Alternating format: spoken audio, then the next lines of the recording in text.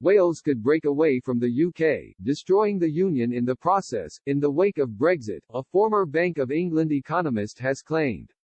Meanwhile, a Welsh consultant has suggested soaring levels of support meant Welsh independence could happen sooner rather than later. Danny Blanchflower, previously worked for the Bank of England, is now a tenured professor at US Ivy League University, Dartmouth College, in New Hampshire, and also has an MSc in economics from the University of Wales, Cardiff. He suggested the UK's decision to quit the bloc posed a grave risk to the ties which bind England, Scotland, Wales and Northern Ireland together. He told the Nation Cymru website, "I think the major issue now is whether in order Scotland, Northern Ireland and even Wales separate from the Little Englanders and their dreams of empire.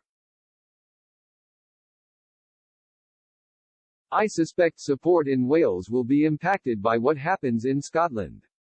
With reference to the deal signed by Mr. Johnson, Mr. Blanchflower said, "I called it the worst peacetime agreement a country had signed in 1,000 years. It will lower living standards a lot and likely break up the Union. My Scottish friends want to be in the EU. The only free trade deal in history that reduces the amount of free trade. It is clearly a thin deal that is bad and better than a much worse deal. It is like the guy who had to have his leg amputated and celebrates that post-op the wound is not infected." Mr. Blanchflower also tipped Scotland to go it alone. He said, "My assumption is Scotland would be welcomed including by countries like Spain who last time were unhappy about independence due to Catalonia but this time would support Scotland rejoining the EU club as a much put open friend who also dislikes extreme right-wing Little Englanders." Tejid Roberts, the director of Cadern Consulting Limited, also talking to Nation Cymru, added, "I would say that given support for Welsh independence is growing as rapidly as it is here, the even is now superfluous."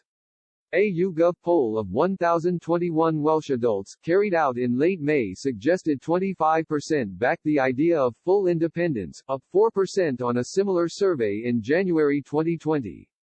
Commenting, Welsh independence campaigner Sion Jobbins told Express.co.uk, "At the moment we are building a movement for independence and making the case. The arguments for independence have never really been made in Wales, not even by Plaid Cymru, until very recently.